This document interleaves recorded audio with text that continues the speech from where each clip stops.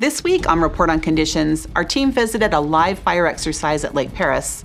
We'll also cover a structure fire in Indio, and we'll also share important information on one of a firefighter's most important safety tasks, primary and secondary searches on structure fires.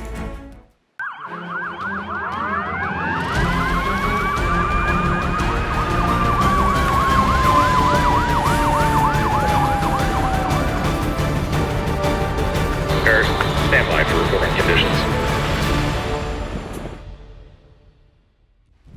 Welcome to this week's edition of CAL FIRE Riverside County Fire Department's Report on Conditions. I'm Jody Hageman. Please be sure to like, subscribe, and click the bell to be notified when we upload new episodes and other exciting stories.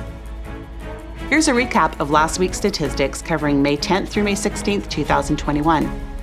CAL FIRE Riverside County Fire Department dispatchers and firefighters answered the call to 3,370 incidents. Of these, 359 were fire calls and 2,824 were medical emergencies. Now let's take a look at some of last week's highlighted incidents.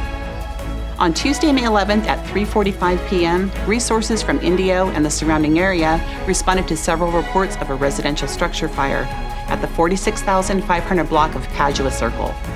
Firefighters arrived to report heavy smoke billowing from the front door of the single-family home. Quick and decisive efforts contained the fire to a single room and contents, preventing the fire from spreading to nearby homes. No injuries to fire personnel or civilians were reported, and the cause of the fire is under investigation.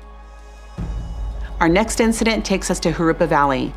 At 6:39 p.m. on Saturday, May 15th, two engines, a truck company, squad, and chief officer responded to reports of a traffic collision at the intersection of Armstrong Road and Gale Drive.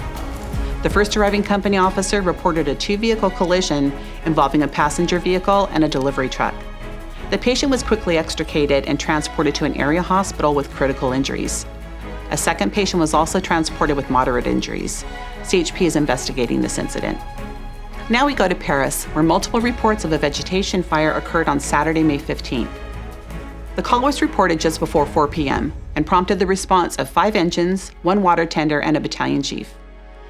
Arriving units reported approximately 1 acre burning at a dangerous rate. As you'll see in this video clip, strong work by firefighters halted the fire from spreading beyond 2.5 acres. The cause of the fire is under investigation and no injuries were reported.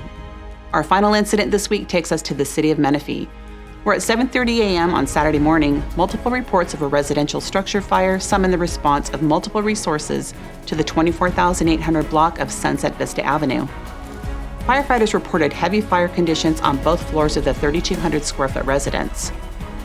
An aggressive interior attack ensued, but unfortunately the dwelling sustained major damage, deeming it a complete loss.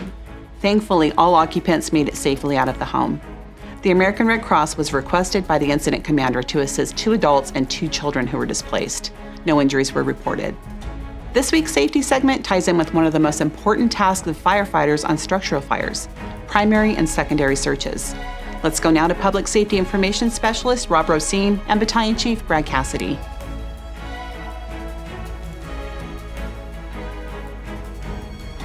Thank you, Jody. As you saw during the Sunset incident, firefighters have a lot of things that they're trying to handle and manage when they arrive on the fire ground.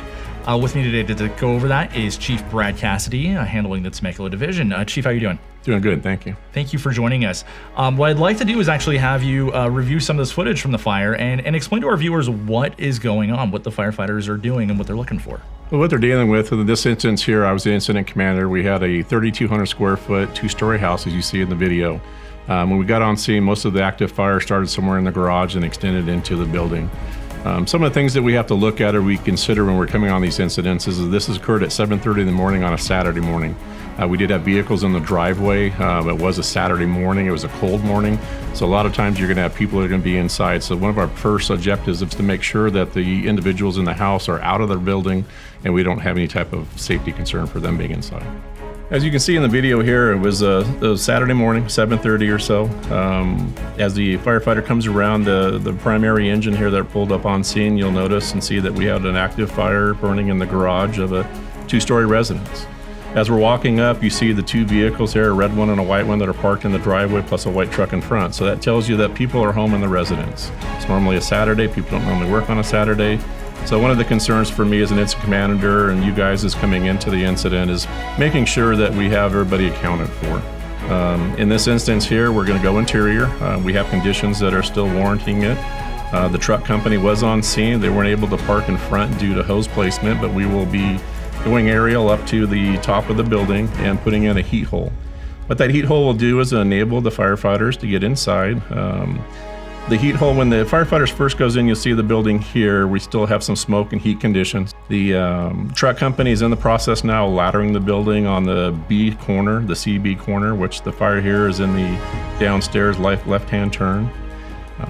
What is this we see the firefighter holding here? So firefighters on a lot of the engines and some of the truck, and all the truck companies carry thermal imaging cameras, or we call them as TICs. And these thermal imaging cameras allow to see heat signatures through smoke and zero visibility. You can see the white picture that's coming up. That is actually the picture that the firefighters see when they're inside the building. And that'll give them some heat indicators of what's burning and what's not.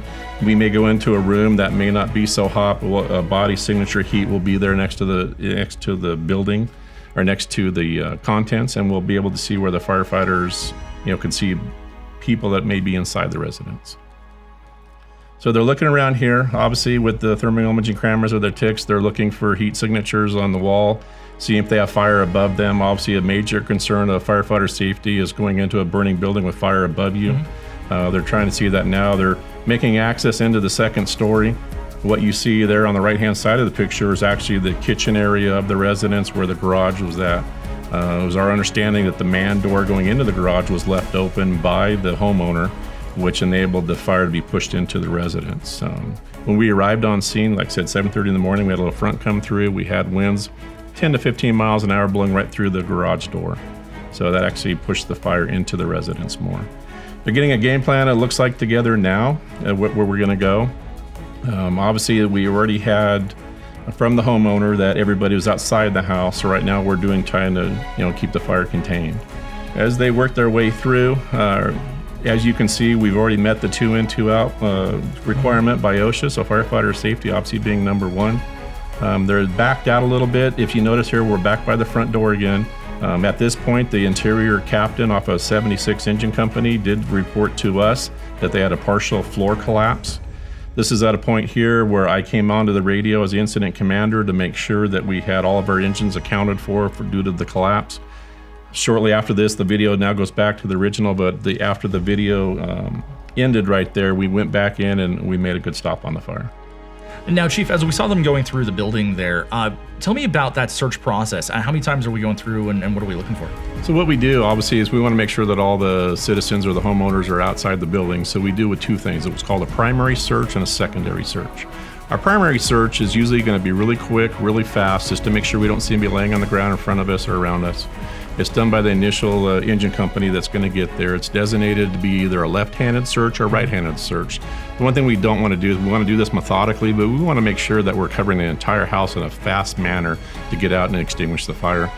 What comes up second is a secondary search, we call it, which is the same thing. We'd like to go different though. So on our primary search, if we go in on a left-handed search, the secondary, we're going to go in on a right-handed search and start from a different way so we're not capturing stuff. When we do the secondary search, we always want to make sure that it's a different engine company or truck company doing the secondary search than the primary search. It's a new set of eyes. You got 4 sets of eyes that are looking for a known victim. The second search that we do is going to be more methodical. We're going to make sure we look under beds, under mattresses, behind bookcases, inside closets or something like that. We're going to make sure 100% that we have nobody inside the building. And for firefighters, for department policy, we need to make sure that the incident commander is aware that the primary search is being completed and the secondary search is being completed. That's part of our notifications to the ECC.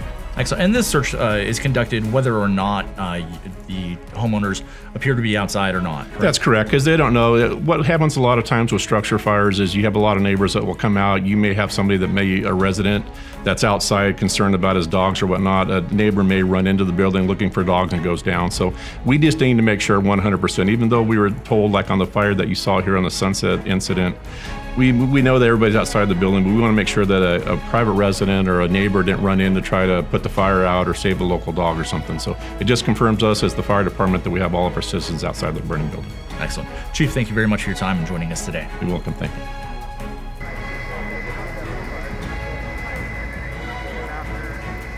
Last week, you may have noticed smoke around Lake Perris. Firefighters conducted a live fire class and vegetation management burn in the hills surrounding the lake. In addition to eradicating invasive, non-native grasses and weeds, these burns provide valuable training for company officers on using fire to fight fire. We caught up with Chief Jansen to explain more.